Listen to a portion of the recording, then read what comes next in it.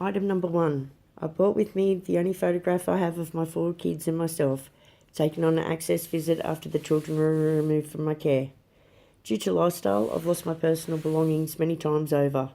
Just after this photo was taken, I lost touch with my eldest daughter Naomi for 8 years. Item number 2. Fluff, my teddy, was sent to me for Mother's Day in 2006 by my third child Jade.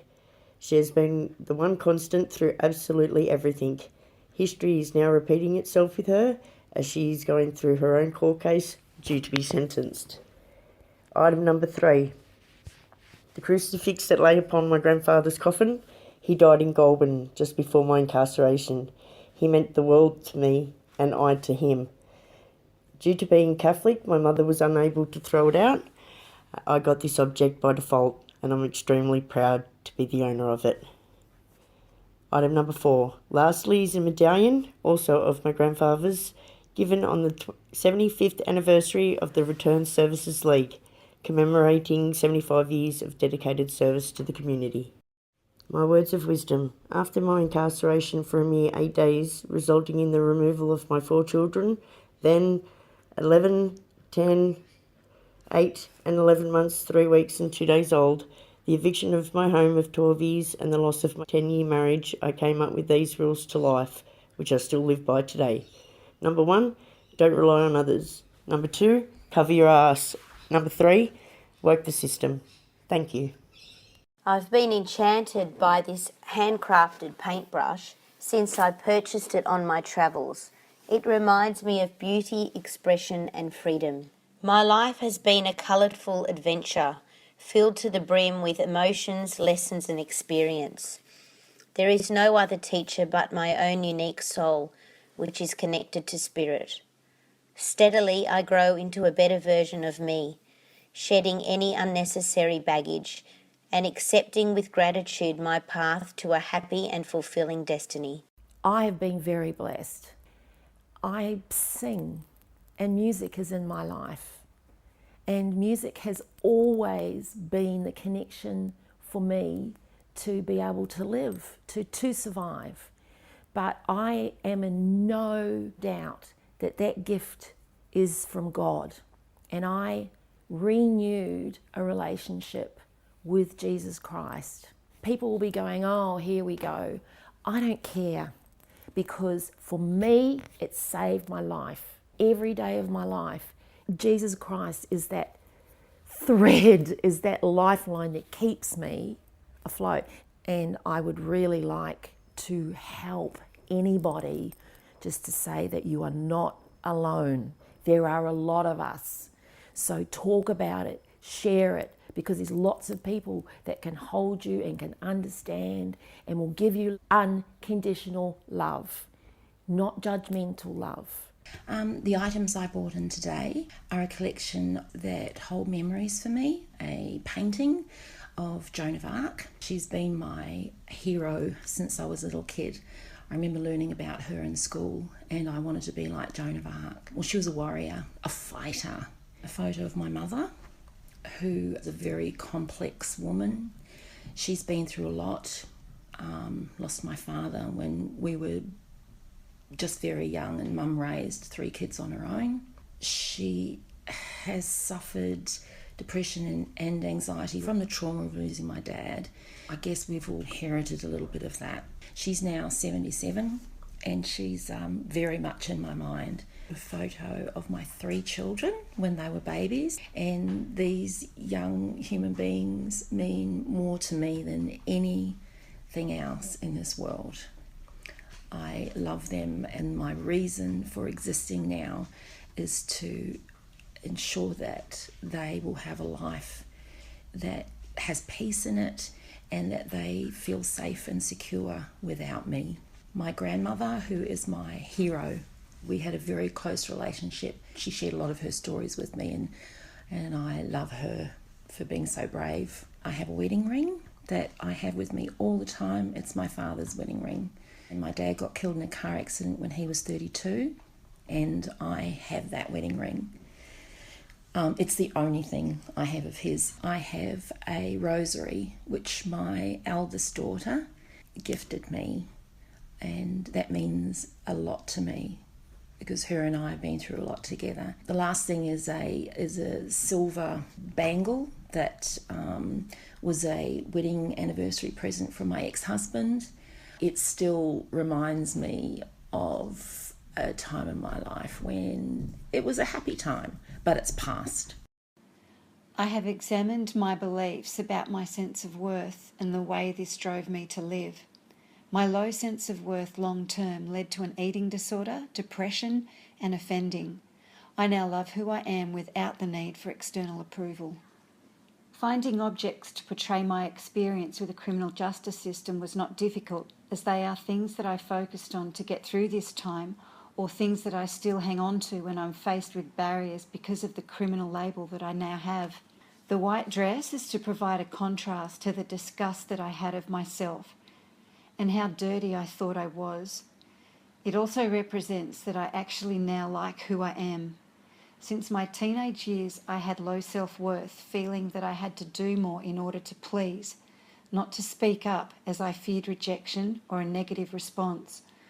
My life was built around fear and guilt, developing anorexia in my late teens and then severe depression when my marriage split. The white also helps me to remember who I am when I still face barriers because of the conviction. In an attempt to feel some sense of worth, I made poor decisions which led to my offence. Owning my mistake and facing the consequences provided me with opportunities to challenge what I thought about myself. Disclosing to my children, parents and friends was one of the hardest things I've ever had to face, apart from being taken to prison and separated from them for almost a year. I remember straight after telling my parents that I had committed an offence, asking them if they still loved me and breaking down. This experience taught me what I had not believed my whole life, that I am loved no matter what. I had so much support and these people are my rock. I have an education and I had a long-term career. This does not make you immune to making big mistakes. These things were both helpful in coping through each day in prison, but also felt like a death sentence as I am no longer able to continue in my previous employment, which I was so passionate about. Having a faith does not make you immune to making mistakes, but it was my faith in Jesus that helped me face and own up to my mistakes. My son graduated when I was inside, yet he waited for me to be released to attend his graduation ceremony with him. This made me feel like he was not ashamed of me. When at a party, a person was gossiping about me to him, not knowing he was my son. He stopped the gossiper in his tracks and said, "That's my mum you are talking about." How proud I am of him. At the beginning of this year, my youngest son went on his first overseas trip and brought me back the pearl pictured here. Again, this reminded me that he believes I am worthy. My daughter was married last weekend and got ready for her big day at my place. I thought of her life as my little girl and now becoming a wife. I hope that my mistakes taught her to value who she is without the need for external approval. I had a mentor who provided me with unconditional support, and now I hope to offer other women the same, so that they too start to believe their worth and look forward to their future. Yeah, in life, it's a difficult choice. It's which road you take. It's which way you go. My own experiences were of I could have taken either road. I could have been on the road to destruction because I've lived on my own since I was very, very young. My mother didn't like me. My father didn't like me. How can anybody like me? You know, it's pretty heavy stuff when you're only very young and there's no family and there's no one to talk to and you bring yourself, I don't know how I got through it. So what possessed me to take the road that I took was giving birth to my son. Once you realise that you're not doing it on your own, something happens and life becomes just that little bit easier, because that changed me. Once you see that you believe in yourself and you like yourself, then other people will like you too. I was on a committee for a halfway house, women leaving prison. It was the most amazing experience I've ever had, because the women that lived in the house in Petersham, just out of jail, they were very inspiring. They wanted so desperately to fit back into the community. So what I found is that women out of jail, it's a little bit more difficult than men. From my experience on the parole board in particular, I found that they weren't always given opportunities to be housed. It was always one of the difficulties of releasing somebody is they had to be released into a suitable accommodation. The rules were very strict. And if they broke those rules, they were back in jail, because that was part of my role, was to then put them back in jail for breach of parole. And that was quite stressful, because there wasn't the options that appeared to be available for men for women being released from jail. You wonder how they're going to reconnect with their family. Some of them don't get the opportunity to reconnect with their family. And the sad thing about it is they have got into a situation where their life has snowballed out of control, and there doesn't seem to be anyone there to be able to bring them back. They've gone through a void, and women getting out of prison, they're missing the support that is available for a lot of the men. The Himalayan salt lamp represents to me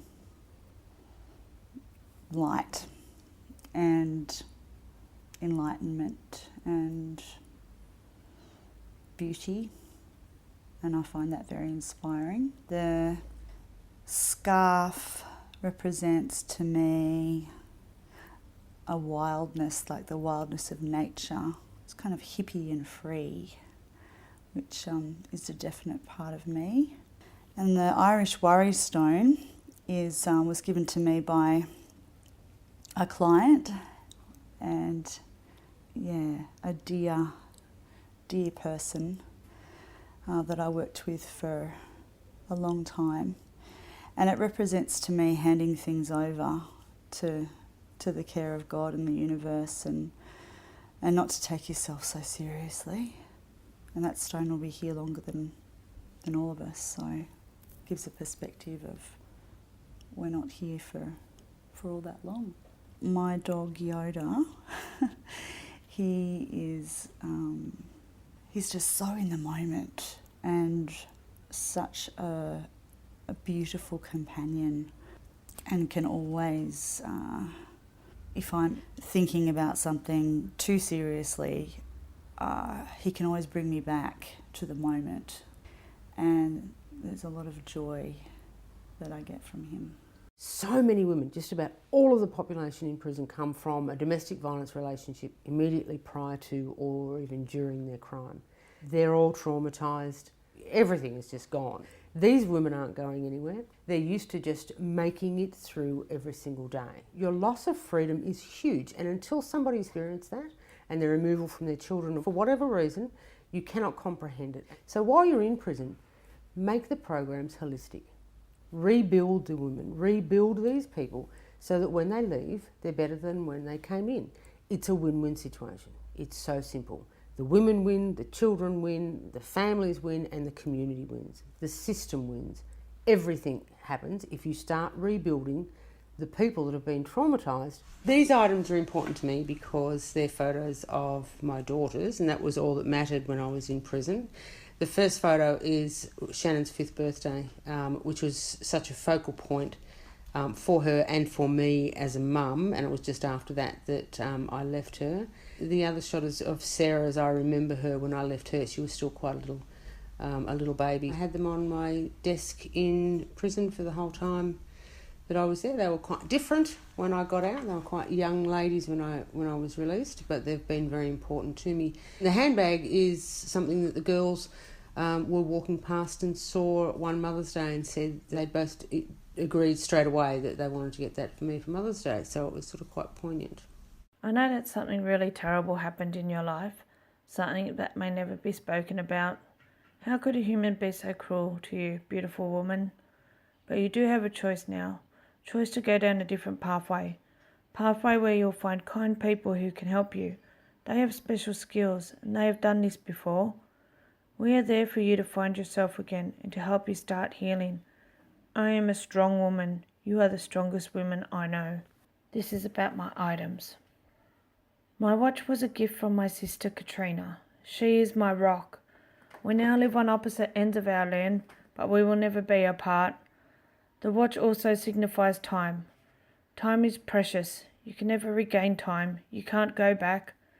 You can plan what to do with your time. You don't want to waste any of your time. Time always happens. Sometimes we need downtime, alone time, me time, family time, party time, parents' time, special time. Time is significant. Working for Corrective Services New South Wales reminded me how important time is. Time for a judged person's sentence, time away from family. I decided to get time back in my life for my family and change our lives completely by moving away from Sydney and starting at a slower pace in Cairns. Time will tell if we have made the right decision. My necklace was a gift from my team, the Aboriginal Strategy and Policy Unit, my mob. They gave it to me on my last day of work for Corrective Services New South Wales. My best friend picked it out. She knew how much I would love it. I wear it like a medal. It is so shiny. That is my pride of the work that I achieved whilst working alongside all of you. My commemorative plaque. My commemorative plaque was presented to me from the Assistant Commissioner, one of the most brilliant men I have ever met in my life. I was honoured to represent Corrective Services New South Wales and for my work to be recognised. This job made me the woman I am today. My sons, Aidan and Ethan, are my world. I exist for them now. Life is challenging on most days as Ethan has global development delay and he is frustrated without communication. I wish I could help him more. I am trying to. Aidan is my other rock. He keeps me strong and stands by my side. One day he will stand in front of me. He is the best big brother ever. I love them both so much and I tell them all the time. I want to give them the world. I now can give them time. Never judge another person. You don't know what has happened in their lives. Respect them for coping as best they have. Never lose your compassion. Be a friend as you too would want. I have 4 items I would like to show you. They all mean a lot to me and they have supported me and many other people I have known in our various journeys. 2 have adorned the walls of my various workplaces for around 3 decades. The first one is an excellent quote by an Aboriginal elder, Lilla Watson. She says, "If you have come to help me, then you are wasting your time. But if you have come because your liberation is bound up with mine, then let us work together." I so believe this to be true in all aspects of life and relationships. The second one is a postcard sent to me in 1986 by a young woman who was a student of mine in a course I ran in TAFE for long-term unemployed young people. This young woman, like many others, had struggled with a very difficult background and history, one that seemed to destine them to a lifetime of struggle. I would acknowledge to many of these students that up until now their lives had not been good or happy, but that it didn't have to be that way forever. They could make positive changes now, and we were there to support them in this. It was wonderful to see them make these changes, and this young woman was no exception. She grew in confidence and got a full-time job, saved, and a couple of years later went on a holiday to Bali, from where she found and sent this card to me. On it is a quote from George Eliot. "It is never too late to be what you might have been." As she said to me later, "You supported us to know we could do this." The third item are packets of locally grown organic seeds, produced by people who are happy to share their knowledge and who, like me, love to see things grow, whether it be food for people and other creatures or simply for their beauty. Sometimes the end result may not be seen for many years, but it is also worthwhile. I think we all sow seeds, and we all want them to be the best they can be, and the best way for this to happen is to nurture and support each other. The last item is a photo of my lovely grandson. He has two wonderful mums who know they have a responsibility to support him to grow to be a man of compassion, care and understanding, and to reach his potential, whatever that may be for him. I know he will be given the best support to achieve this, and I'm so proud of them and the values they share as a family unit. I think we all need support at different stages of our lives, and so I thank you, my mentee, for allowing me, as a mentor, to share a part of your journey. I grew up in Papua New Guinea, and this was a piece that my family had collected it in their travels. I think it's beautiful in its simplicity, but it's also intricate as well. So I always proudly hang that somewhere in any house that I'm living. A little Picasso print I found in a shop years ago. I've always been attracted to vibrant colours and the complexity, yet the simplicity. And I always look at that and consider women, the diversity, the complexity, and yet the simplicity I find quite captivating as well. Some boxes have been given to me and some boxes I've acquired have got some very special meaning to me. And it is a reflection of my personality as well, I've now figured out. Perhaps a defensive mechanism, clearly a protection mechanism. I'm very good at compartmentalising and putting things away. Experiencing, but boxing away. This was given to me when I was 18, a simple red cedar box, and these two intricate boxes were a part of my grandmother's estate, which is all I have of her now. But lots of them have little mementos of my life, my 10 years service with Aboriginal Legal Service, earrings my mother used to wear, an old pair of glasses, I believe they were my grandmother's or my great-grandmother's, a cigarette lighter of my mother's which I found when I was quite young, just little trinkets and mementos that you find as little treasures, but really it's the boxes themselves for me which I collect and display. I think it's a true reflection of the person I am and the coping mechanism that I tend to bring to my life. Wanting to feel that I could contribute to and do something that I knew I was going to be passionate about, and justice for Aboriginal people, and what I still continue to do. It's about connecting with, respecting and assisting, supporting and encouraging. Usually when I drive in the car to prison, I said to God, I know you're the only judge. I don't have to make any judgment about anything I hear. And I like that because my heart is free. And then I said to God, what do you really want me to be? He didn't answer me in words, but the thought came into my head, you've only got to be my loving heart and my listening ear. So, when I go into the prison, that is what I try to be, a loving heart and a listening ear for whoever it is that comes to visit me.